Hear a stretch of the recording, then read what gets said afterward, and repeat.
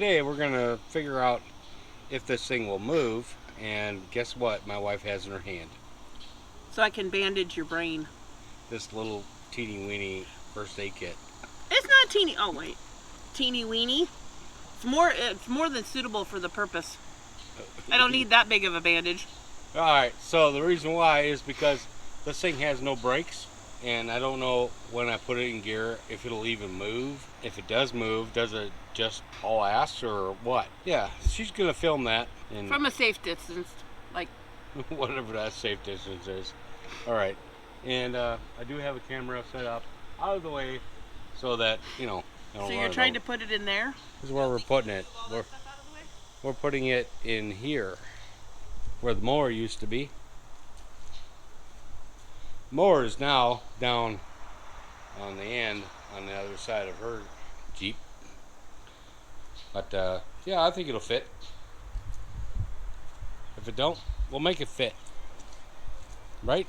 Yeah, what's that torn out wall or two? She's gonna be so disappointed if you don't get hurt. If I don't go through the wall. I just want to say, hey guys, welcome to RC Mechanic Garage. I'm gonna give her the camera now, and I'm gonna fire it up. Oh yeah.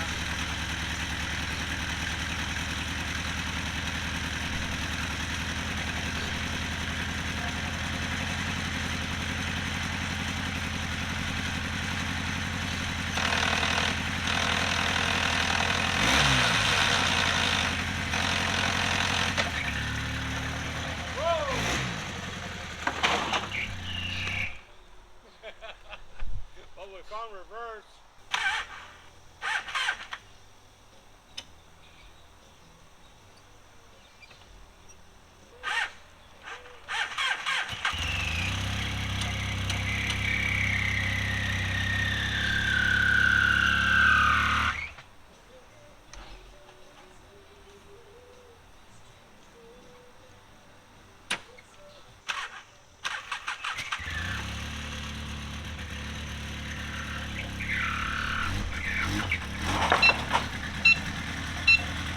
We're going.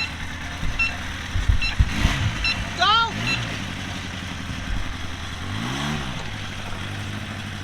That hurt.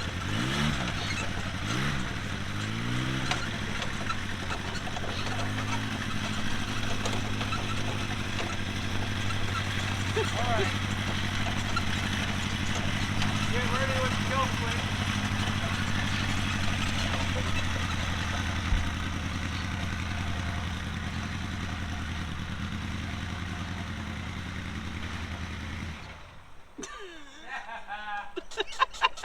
I figured one of two things would happen, and unfortunately it was number two. Number one was that it just would not move at all, right? And apparently it did. So number two is that the clutch is locked up and the vehicle is basically direct drive. I tried to just put it in forward. It didn't want to go in, but for some reason it found reverse, and boy did it, right? So I guess I got some fixing to do to my building. My wife's Nissan. That's all right. It is. We learned something, right? We did. We learned that we probably should have took the cover off of that clutch and inspected it first, right? Apparently we're going to have to take a look at that clutch to see what the heck is going on with it. And then we have a cooling problem, so we need to diagnose and fix that. And I have some brake parts showing up. I'm not sure if the right ones. As far as the cooling goes, there is this plug right here that goes directly to the fan. Okay? And then there's a sensor right here that should turn the fan on. what I'm going to do is jump that and see if I can get the fan to just turn on. If the fan will turn on, I'm going to bet that the sensor switch right there, that one, will be no good. I'm not normally the kind of guy who just throws parts at things, but this thing only costs like 10 bucks. So, and I'm looking at it going like, okay, is that what you're supposed to be? Oh, well, that looks a lot better. Okay, so what we're gonna do, normally what I would do is I would ground out the circuit and see if I can get the fan to come on. But I don't have for some reason I don't have a paper clip anywhere. Alright, so we're going to go ahead and do it like that. Oh, look, it plugs right in. The parts guy must have done just fine. I mean, really. I mean, if he didn't, well, that wouldn't fit. Alright, so I'm going to go ahead and get a torch, put an ignition on, see if I can get that fan to come on. And if that fan comes on, then I'll know that this thing right here is the problem. Heating up that sensor, the new one right here, what I'm doing is I'm testing the circuit, making sure the circuit's fine. I've already run power directly to the fan and the fan comes on, right? So we're going to go ahead and heat this bad boy up. Okay, if I could learn how to run this. Once it gets about 185 degrees, it should come on. If it don't, well, then we have bigger problems. Well, I think it's hot enough. I mean, it separated from itself. So I guess I'll spend another $10 on another one. Alright, the next thing will be to figure out if there's a relay or something like that that's in the way. And once I figure that out, I'll get back to you. I got the cooling fan problem figured out. Alright? It turns out this switch right here is fine. I just plugged it in and, you know, I just ordered the new one, so it's a good thing it works. I went and I bought one of them e-manuals online just to help, because I don't know anything about this thing. And there's one of these relays for the fan.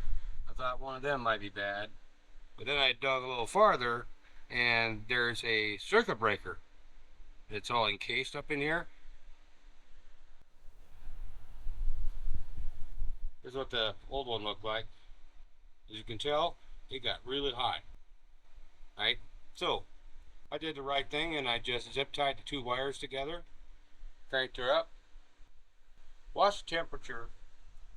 When it got up to about 194, the fan came on. And about 160-ish, maybe 159, fan turned off. So, I'm going to just fire it up. I'll show you what I mean. Alright, 190. And can is on right now. Okay. I don't know what I'm before. I think it's 190. I don't remember. So we're at already down to 162. When it turns off.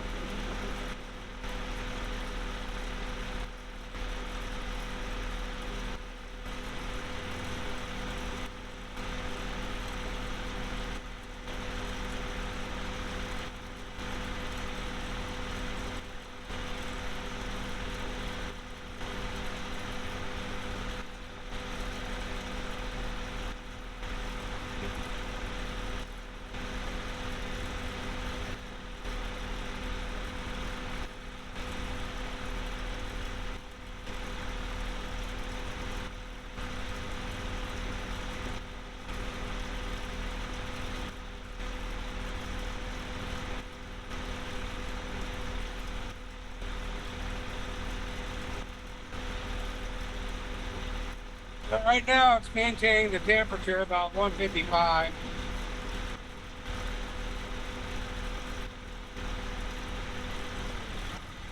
Turned off at 154.5. That's all that'll do. So what I'm going to do here for this part is I'm going to put a 20 amp fuse holder in here, and I'll just attach it up here or something. And I'm going to call that part fixed. This wire actually gets its power from this 15 amp right here, which is weird because it's, 20 amp here, but either way, the zip tie's holding.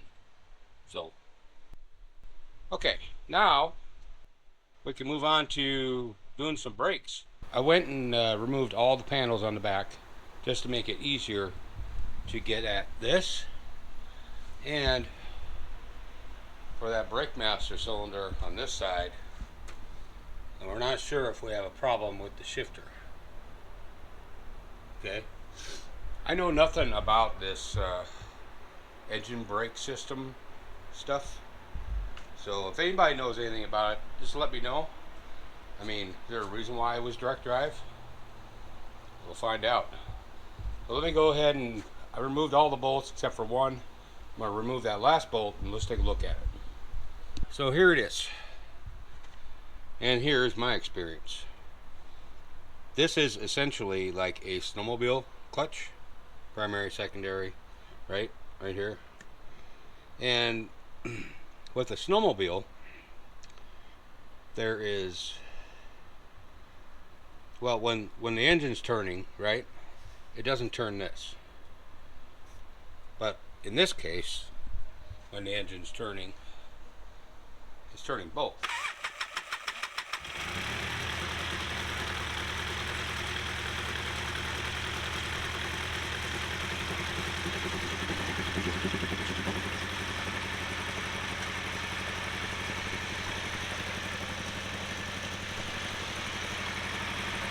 Okay, so taking a look at this.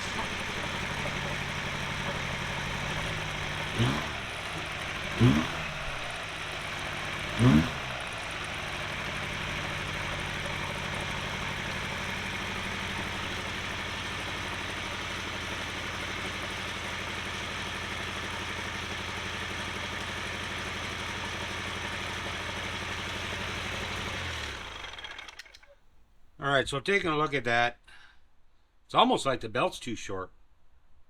Just a little bit, because it really wouldn't take much. It is a Gates belt. So it's not a Polaris belt. I don't know what the specs are on the Polaris belt, but I think I'm going to have to look that up.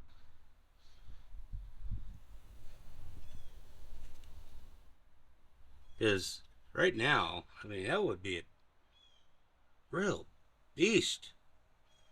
Try to get that belt changed. If there's anybody out there who knows anything about this, make sure to leave me a comment. My first time really working on one of these. All I know is, well, I'm from Minnesota, so I had my share of snowmobiles, right? So, yeah. I wanted to know what was going on in there. I'm not going to put that cover back on until I know what's going on in there. Okay? Is that supposed to be right? I mean, it didn't want to go into low, but went right into reverse, so I don't know. Brakes wouldn't have anything to do with it. Well, except for not moving the vehicle. But brakes wouldn't have much to do with it, because that won't stop the transmission, right? Except for when it's in gear, but you have to get it in gear for it to stop. Alright, well, that little curiosity is over. I think I'm going to have to do some research on it and see what I can find out. I didn't do the brakes right away because this was bothering me down here. That right there, it just doesn't seem right. I can't really find a definition of, what do they call that? EBS? What it is, what it's supposed to do. Is that supposed to turn? I mean, I don't know. So we'll move on to the brakes now. Been working on some brakes. Got the new handle up here. Had a bit of a problem bleeding that because back feeding through here. It may still be. Okay. Well, that, I don't know. I don't know why it's doing that. It's supposed to be pressurized. It's hard to say.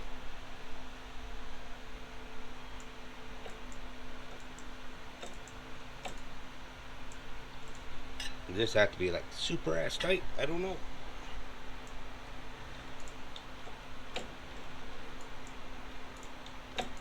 Either way, we got that on up there. New one of these down here because it was leaking, and it's feeling really good at the moment. So what happens is you have an option of just a rear brake right here, or you squeeze this handle. You have 3 brakes. There's no brake on this side over here. Okay. Put a new caliper on, and it fit, which is a surprise. Bled all that out. So all we got left here is the front to do, and this front also has an ABS sensor on it. So the new calipers for the front come with brackets. I'll have to look at one of the brackets, make sure it comes with this provision. But the bleeders are broken on the front, both sides, so we're going to change out those. Found that I have a loose wheel bearing back here and over there. This side, nice and tight, but the lower ball joint's done.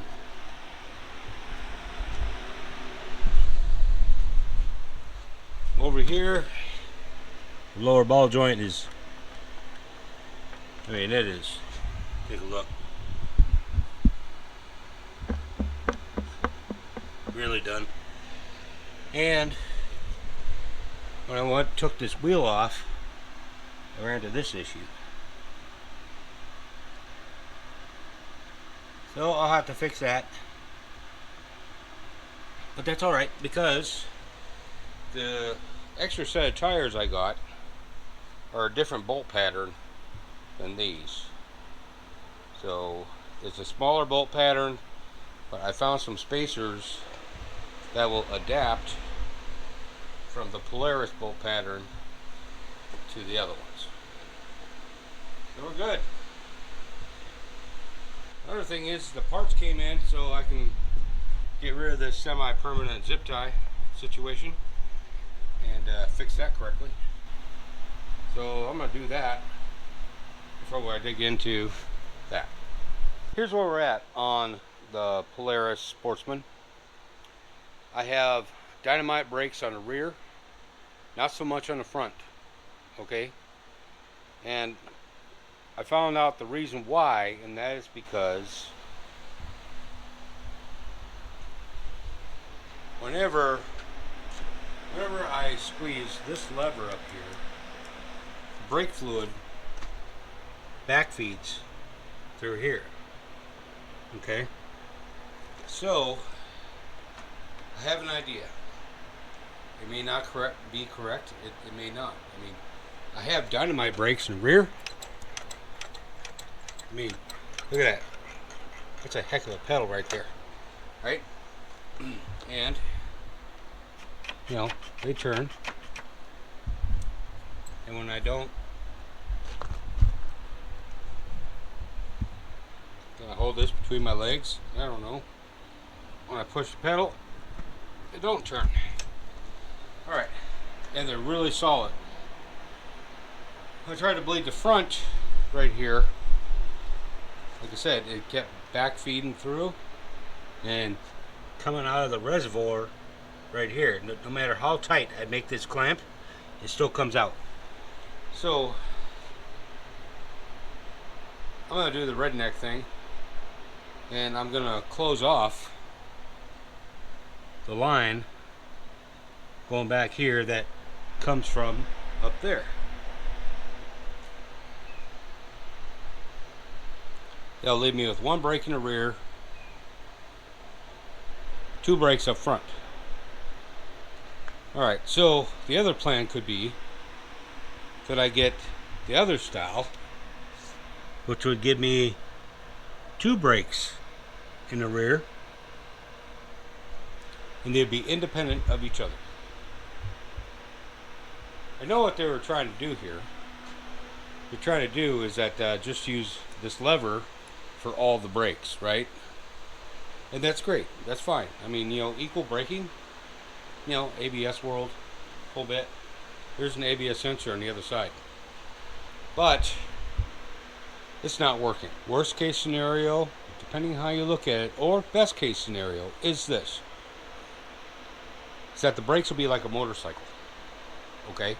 Where you use this for the front, and you use that down there for the rear.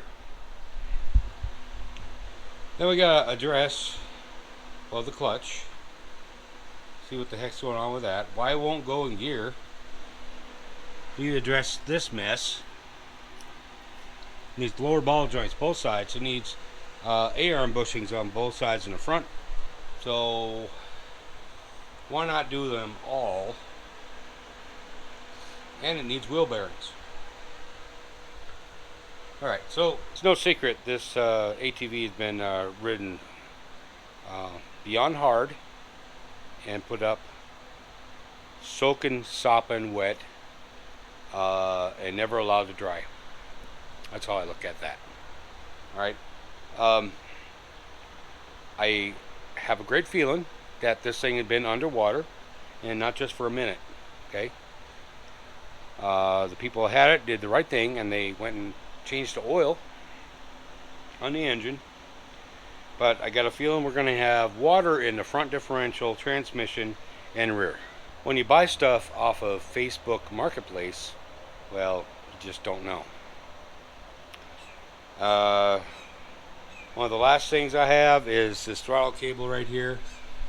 I'll have to reroute that, most likely come around the other side right over here, because when I turn to the right, the throttle increases, so, and that's not cool. Alright, plus side is I mostly have brakes. Plus side, I have coolant system. The fan comes on and the fan goes off. I actually put the I don't know if I showed this to y'all yet, but here's a 20 amp fuse holder. It's waterproof. Gonna tie it up somewhere in here. Okay, this fuse holder will take up to a 40 amp fuse. So as you can see, the wire is plenty thick enough. The wire going into it is not. It is a lot smaller. I don't even know if that would even take a 20 amp circuit. Either way, the circuit breaker is gone, fuse is in, the fan comes on, goes off like it's supposed to, and there you are. Alright, budget dictates this. Budget dictates that I most likely won't get back to this for a couple months.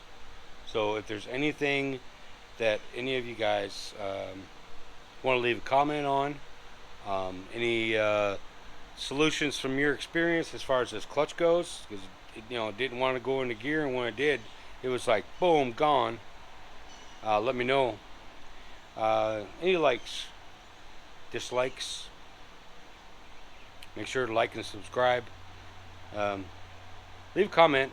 And this is RC Mechanic Garage, about to go work on some Jeeps because I have parts for those. Alright, thank you for watching, and I'll see you in the next one.